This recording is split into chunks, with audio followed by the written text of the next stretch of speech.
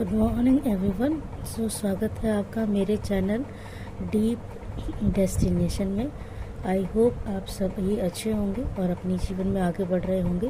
तो दोस्तों, आज मैं शुरू करने वाली हूँ अपने चैनल पर ये मेरा पहला वीडियो है और मैं आज आपको क्लास 10th जो है हिंदी मीडियम जो होती है उसका फर्स्ट चैप्टर पढ़ाने वाली हूँ। बेसिकली मैं साइंस सब्जेक्ट्स को पढ़ाने वाली हूँ। तो जो फर्स्ट चैप्टर है वो है रासायनिक अभिक्रिया एवं समीकरण।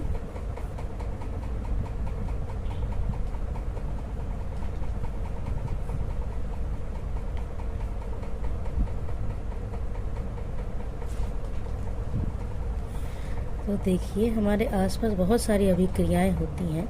अभिक्रिया होती क्या है? अभिक्रिया उस एक प्रक्रिया है जो कि स्टेप बाय स्टेप होती है, मतलब एक के बाद एक जो होती है उससे अभिक्रिया बनी है उस प्रक्रिया से। और रासायनिक अभिक्रिया मतलब जब रसायन आपस में मिलकर कुछ नया पदार्थ बनाते हैं उसको हम रासायनिक अभिक्रिया कहते हैं। अब हमारे आसपास बहुत सारी रासायनिक अभिक्रिया होती हैं, जैसे कि हम अपनी आम जिंदगी का उदाहरण ले लें तो हम चाय बनाते हैं अपनी डेली लाइफ में और खाना बनाते हैं, ये भी रासायनिक अभिक्रिया है। बर्फ़ का पिघलना, अंडे का बनना, केक या ब्रेड का बनना, कपड़ों का साफ़ होना, हमारे शरीर में खाने का पचना, ये सारी अभिक्रियाएं हैं जो हमारे आसपास और हमारे शरीर में होती रहती हैं। तो देखिए, रासायनिक अभिक्रिया एक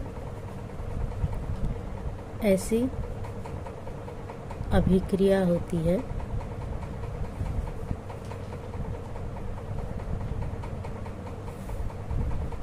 जिसमें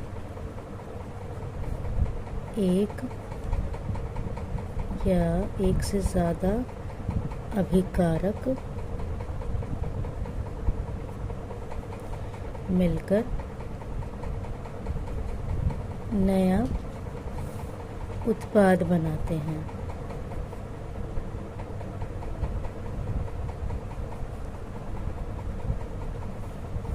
उदाहरण ले लेते हैं हम, जैसे कि हम लोग चाय बनाते हैं तो चाय के लिए हमें क्या चाहिए होती है? चीनी, चाय पत्ती,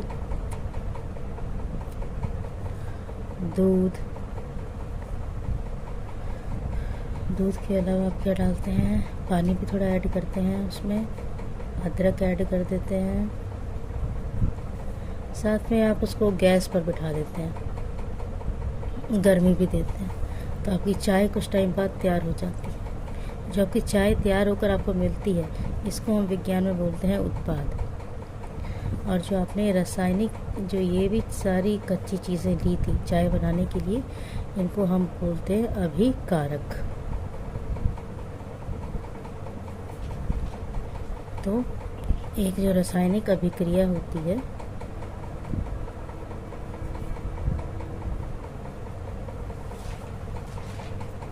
आई होप्स आपको सही से दिखाई दे रहा हो। जो रासायनिक अभिक्रिया होती है वो 3 चीज़ों से मिलकर बनी होती है। एक तो है अभिकारक, ये वो रसायन या कच्चे पदार्थ होते हैं जो अभिक्रिया में बनने के लिए आते हैं। दूसरा ऊष्मा, साथ में कुछ रिएजेंट, ये केमिकल्स होते हैं। एंजाइम का इस्तेमाल भी किया जाता है जो कि एक रिएक्शन की स्पीड को आगे बढ़ा देते हैं। लास्ट में उत्पाद, इन दोनों के मिलने से इसकी उत्पत्ति होती है, उत्पाद। तो रासायनिक अभिक्रिया क्या है? ये एक ऐसी प्रक्रिया है जिसमें एक से ज़्यादा अभिकारक मिलकर एक नए उत्पाद को जन्म देते हैं, उसे हम रासायनिक अभिक्रिया कहते हैं। और इसमें आप अपनी जो आम जिंदगी है उसका उदाहरण ले सकते हैं। आम जिंदगी में जो भी चीज़ें हम करते हैं वो सारी अभिक्रियाओं के अंदर आती हैं। परफ्यूम का लगना, टेम्परेचर का बढ़ना, सब कुछ। अब रासायनिक अभिक्रिया के गुण क्या है, हमें कैसे पता चलेगा कि हुई है?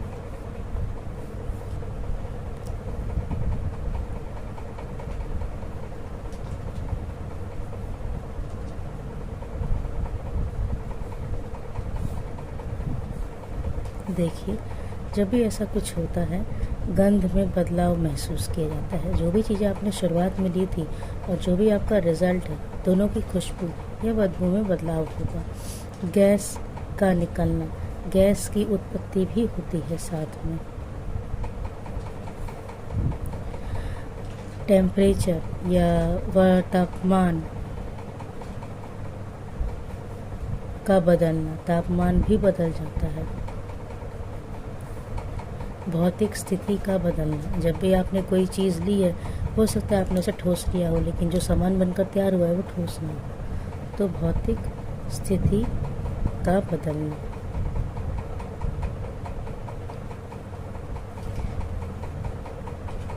रंग का बदलना, ये सारी चीज़ें जब हम महसूस करते हैं अपने उत्पाद में, तो हम कहते हैं रासायनिक अभिक्रियाएं हुई हैं। ठीक है, अब चलते हैं रासायनिक अभिक्रिया से आगे। रासायनिक समीकरण क्या होता है, जो कि दूसरा टॉपिक है। तो देखिए, जैसे कि उदाहरण के तौर पर आप मैथ में कोई एक फॉर्मूला है, कोई सूत्र है, ये इसको आप खोल कर क्या लिखते हो, a² प्लस में b² प्लस में 2ab। इसको हम गणित की समीकरण कहते हैं।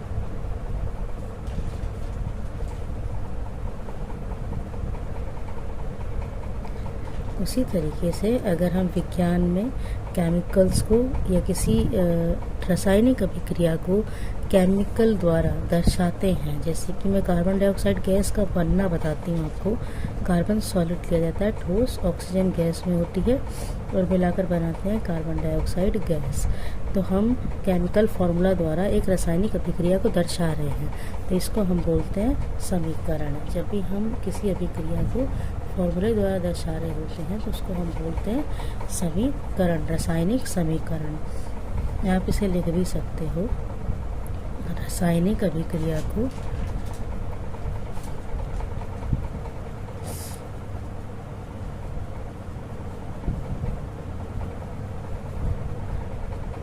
रासायनिक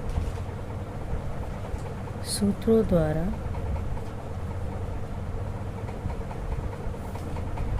दर्शाना रासायनिक समीकरण कहलाता है।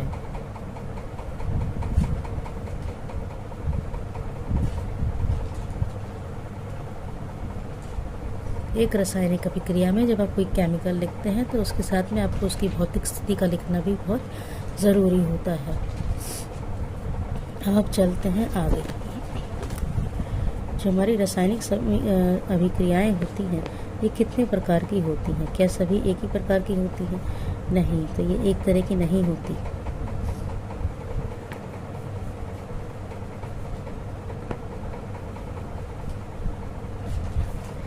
देखिए,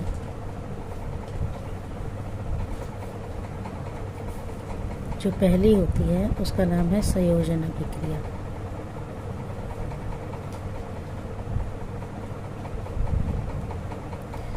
जो दूसरे नंबर पर है उसका नाम है वियोजन।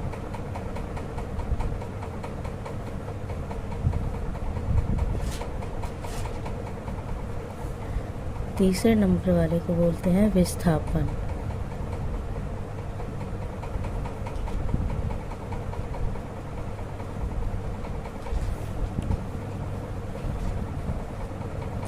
चौथे को कहते हैं द्विविस्थापन।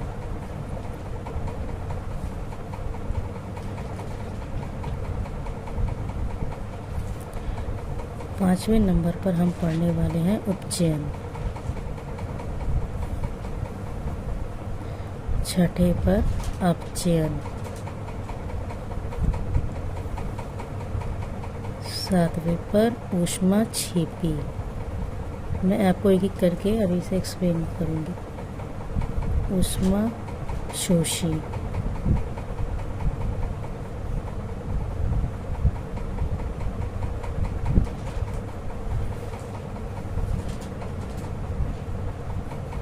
एक रिएक्शन है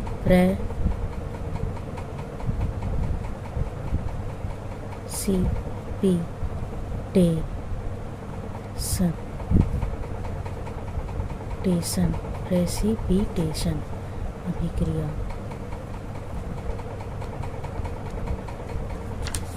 तो चलिए इनको देखते हैं। ये हैं 1 2 3 4 5 6 7 8 और 9 भी क्रियाएं हैं जो आज हम समझने वाले हैं। ठीक है,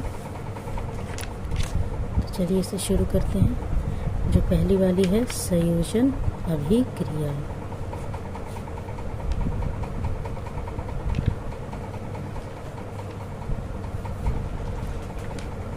जो संयोजन शब्द होता है इसका अर्थ होता है जुड़ना। तो इसके नाम से ही हम जान सकते हैं एक ऐसी अभिक्रिया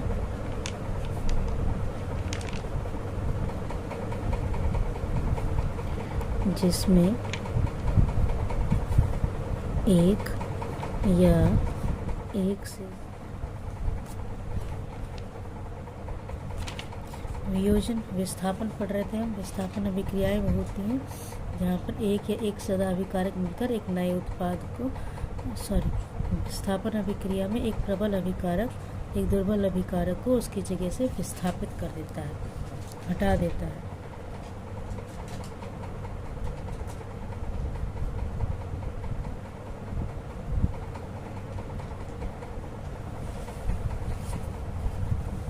जैसे कि मान के चलिए हमारे पास है कॉपर सल्फेट, प्लस में है आयरन। तो आयरन ज़्यादा स्ट्रॉन्ग होता है कॉपर सल्फेट से, तो वो कॉपर को हर्ष की जगह से हटाकर खुद उसके साथ बैठ जाता है। इसका तो नाम है कॉपर सल्फेट। ये है लोहा, और जब तैयार हुआ है फेरस सल्फेट, और ये कॉपर साइड में निकल गया। तो इसमें एक प्रबल अभिकारक दुर्बल अभिकारक को उसकी जगह से विस्थापित कर देता है। तो इस अभिक्रिया को हम विस्थापन अभिक्रिया कहते हैं। ठीक है, थोड़ी दिक्कतें कैमरे के साथ हो रही थी, इस वजह से कंफ्यूजन हो रहा है। अब आगे बढ़ते हैं, हम चौथी अभिक्रिया पर जा रहे हैं, जिसको बोलते हैं द्विविस्थापन अभिक्रिया।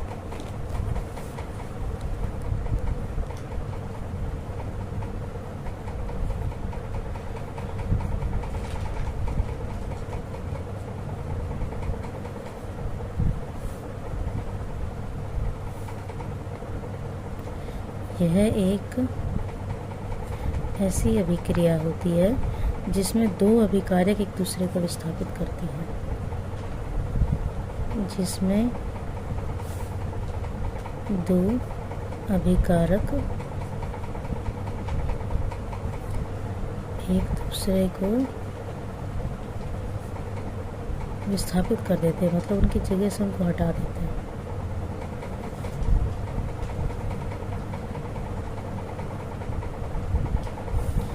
देखिए इसका एग्जांपल हो सकता है, जैसे कि ये है सोडियम सल्फेट और बेरियम क्लोराइड के साथ हम इसकी रिएक्शन करवा रहे हैं। तो बेरियम को ऐसा लगता है कि वो सल्फेट के साथ अच्छी दोस्ती रख सकता है, और सोडियम को लगता है क्लोराइड के साथ अच्छी दोस्ती रख पाएगा। तो ये दोनों अपनी जगह को चेंज कर लेते हैं।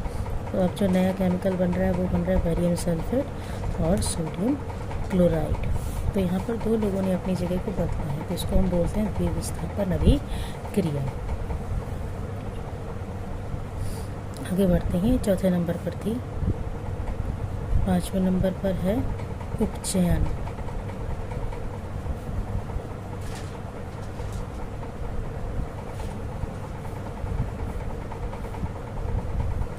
यह एक ऐसी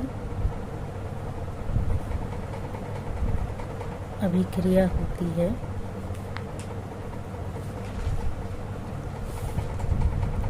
जहाँ पर धातु को ऑक्सीजन का लाभ होता है, मतलब उनको ऑक्सीजन मिल रही होती है, फ़ायदा होता है, ऑक्सीजन का लाभ होता है।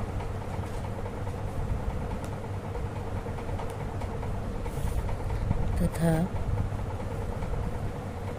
हाइड्रोजन को ऑक्सीजन का नुकसान होता है।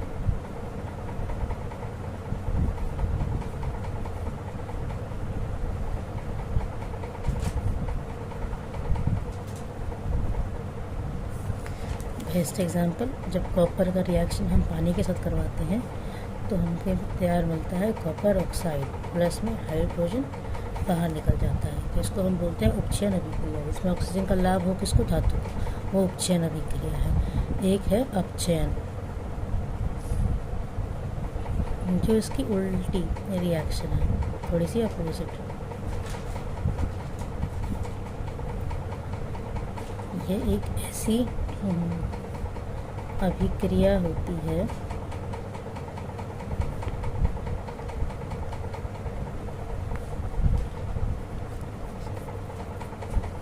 जहाँ पर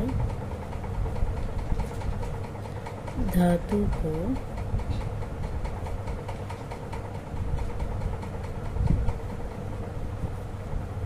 ऑक्सीजन का नुकसान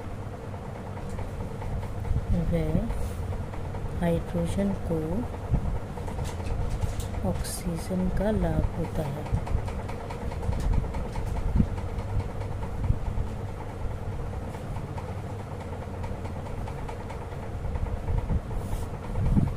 इस अभिक्रिया को हम अपचयन अभिक्रिया बोलते हैं।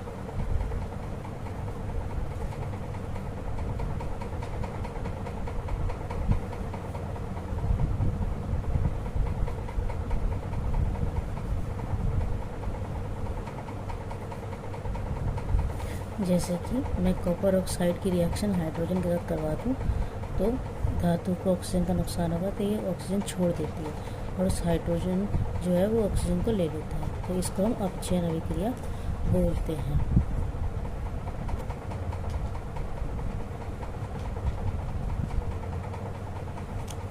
ठीक है, आगे चलते हैं। ऊष्माक्षेपी।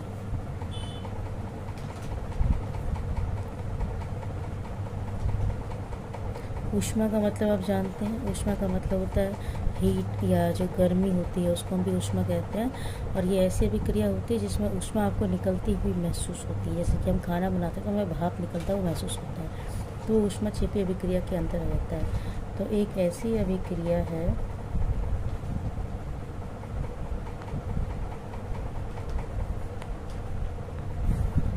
जहाँ उत्पाद के साथ ऊष्मा का उत्सर्जन भी होता है, ऊष्मा भी निकलती है। इसे हम त्रिभुज चिन्ह से दिखाते हैं।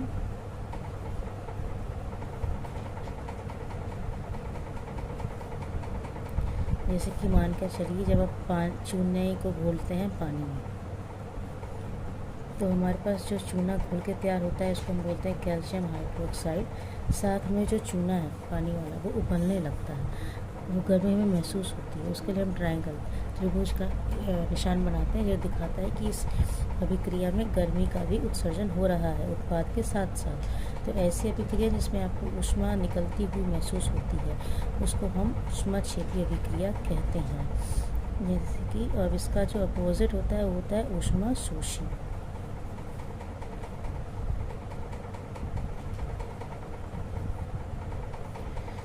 यह वह अभिक्रिया होती है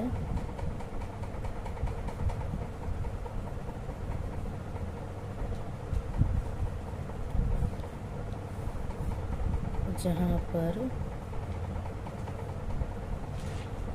ऊष्मा का शोषण होता है।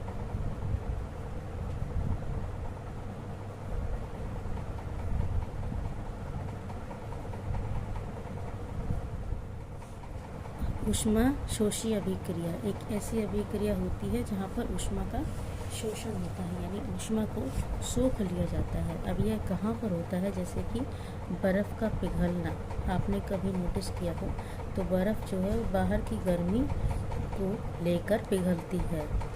अंडे का पकना, अंडे भी बाहर की गर्मी को लेकर पकते हैं। दूसरा, केक या ब्रेड का बनना, वो भी माइक्रोवेव की गर्मी को लेकर फूल जाते हैं। ये सारे ऊष्माशोषी अभिक्रिया के उदाहरण हैं, जहाँ पर ऊष्मा का शोषण करके ये लोग अपने अंदर बदलाव को दिखाते हैं। जो उत्पाद है उसमें ऊष्मा आपको दिखाई देगी। ऊष्मा की वजह से ही उनका ऐसा बनना होता है। ज़्यादातर हम ये भोजन में या नॉर्मल लाइफ में बहुत देखते हैं। यहाँ तो पहले जो है उसमें ऊष्मा आपको निकलती हुई महसूस होती है, यहाँ पर ऊष्मा का शोषण हो जाता है तो आपको निकलती हुई महसूस नहीं होती। वो आपको उत्पाद में ही महसूस होती है, उसका फूलना, पकना या पिघलना जब आप महसूस करते हैं तो उसको आप ऊष्मा शोषी अभिक्रिया कहते हैं। लास्ट में चलते हैं प्रेसिपिटेशन अभिक्रिया।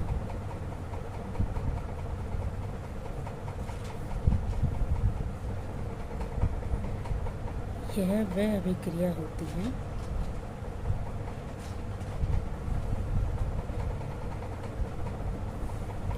इसका नाम है प्रेसिपिटेशन अभिक्रिया, जहाँ पर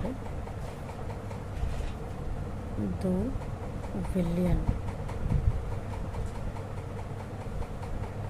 विलयों को मिलाने पर, इसको हम सॉल्वेंट भी बोलते हैं, ये 2 सॉल्यूशंस हो सकते हैं, मिलाने पर एक पूरी तरह से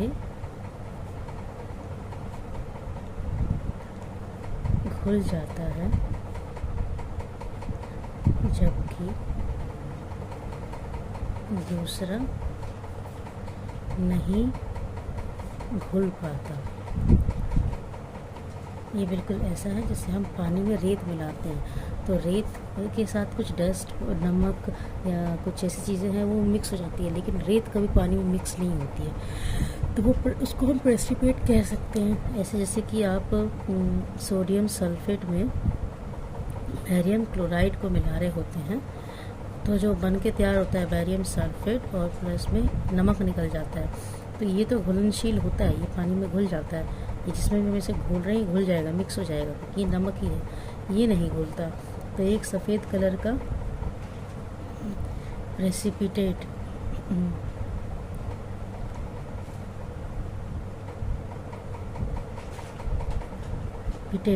बनाता है और हम जो सॉल्यूशन है उसमें दिखाई देता है, जाके नीचे की तरफ बैठ जाता है, जैसे हम हाथ से निकल कर देख सकते हैं। तो ये ऐसी अभिक्रियाएं होती है जहाँ पर आप 2 चीज़ों को मिक्स कर रहे होते हैं, उसमें से एक तो घुल जाती है पूरी तरीके से, लेकिन जो दूसरी है वो नहीं घुल पाती, उसको घुलने में दिक्कत महसूस होती है, तो उसको हम प्रेसिपिटेशन अभिक्रिया कहते हैं। आई होप आपको दिखाई दे रहा हो।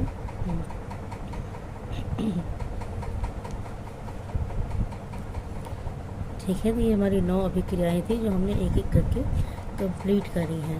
आपको एक टॉपिक बता देती हूँ मैं जो कि बहुत आता है, संक्षारण।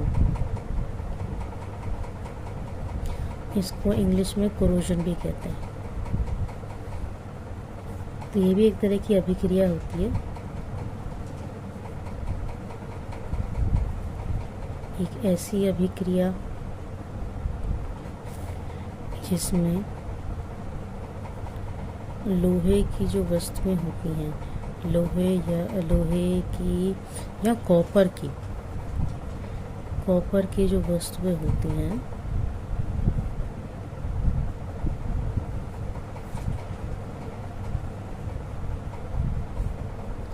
ऑक्सीजन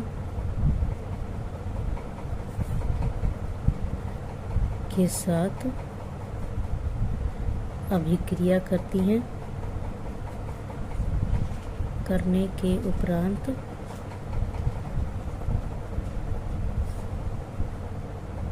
जैसे वो ऑक्सीजन के साथ अभिक्रिया करती हैं उनमें जंग लग जाती है। जंग का उत्पादन करती है, जिसे हम रस्टिंग ऑफ आयरन, लोहे पर जंग लगना कहते हैं। तो ऐसी अभिक्रिया जिसमें लोहा या कॉपर की वस्तु जब ऑक्सीजन के साथ मिलती हैं तो वो जंग बना लेती हैं, वो चीज़ें जंग लगनी शुरू हो जाती हैं उन चीज़ों पर। वो अब जंग लगेगी तो क्या होगा, कमज़ोर हो जाती हैं।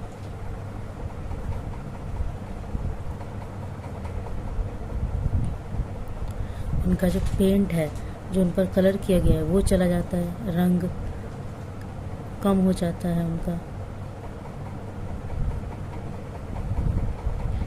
तो इसके बचाने के लिए उपाय क्या है, तो उस पर हम पेंट लगाते हैं, पेंट जिसमें जस्ता या टिन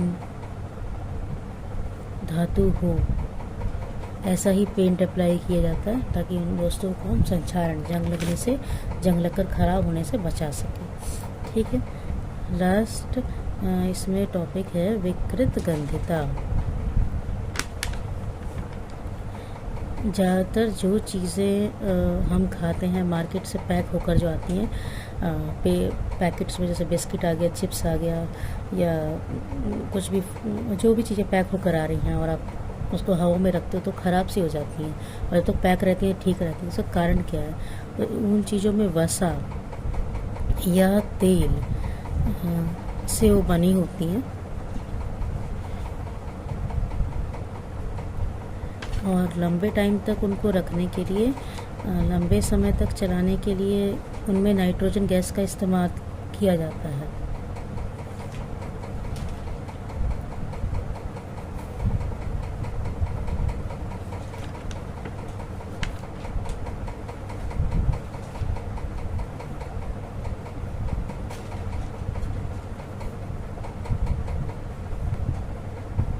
लेकिन जब पैकेट खुल जाता है और उसमें हवा घुसती है तो हवा में क्या होती है? ऑक्सीजन गैस होती है। तो ऑक्सीजन के संपर्क में आने के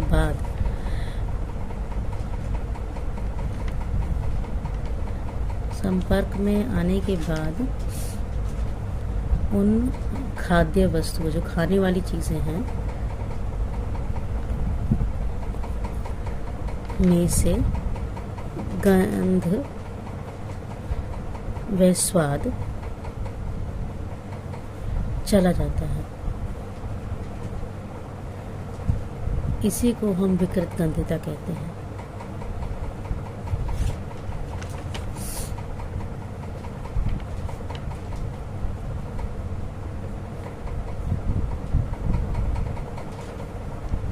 तो यहाँ लगाना चाहिए विकृत गंधिता कहते हैं। तो ये भी एक प्रक्रिया है जो धीरे धीरे होती है। किसी भी चीज़ के ख़राब होने में टाइम लगता है, तो इसमें ज़्यादा देर तक आप छोड़ कर रखते हो तो उसमें ऑक्सीजन घुस जाती है, और जो भी चीज़ें वसा की बनी है या तेल की बनी है उनको वो ख़राब कर देती है, फिर वो हमारे खाने लायक रह नहीं जाती।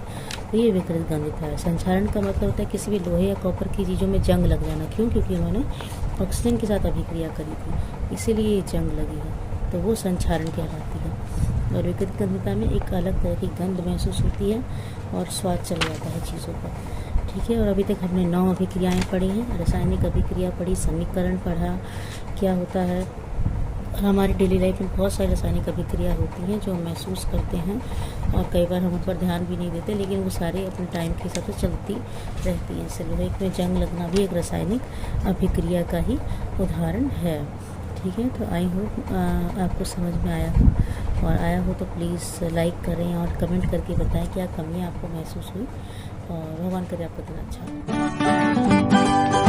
हो।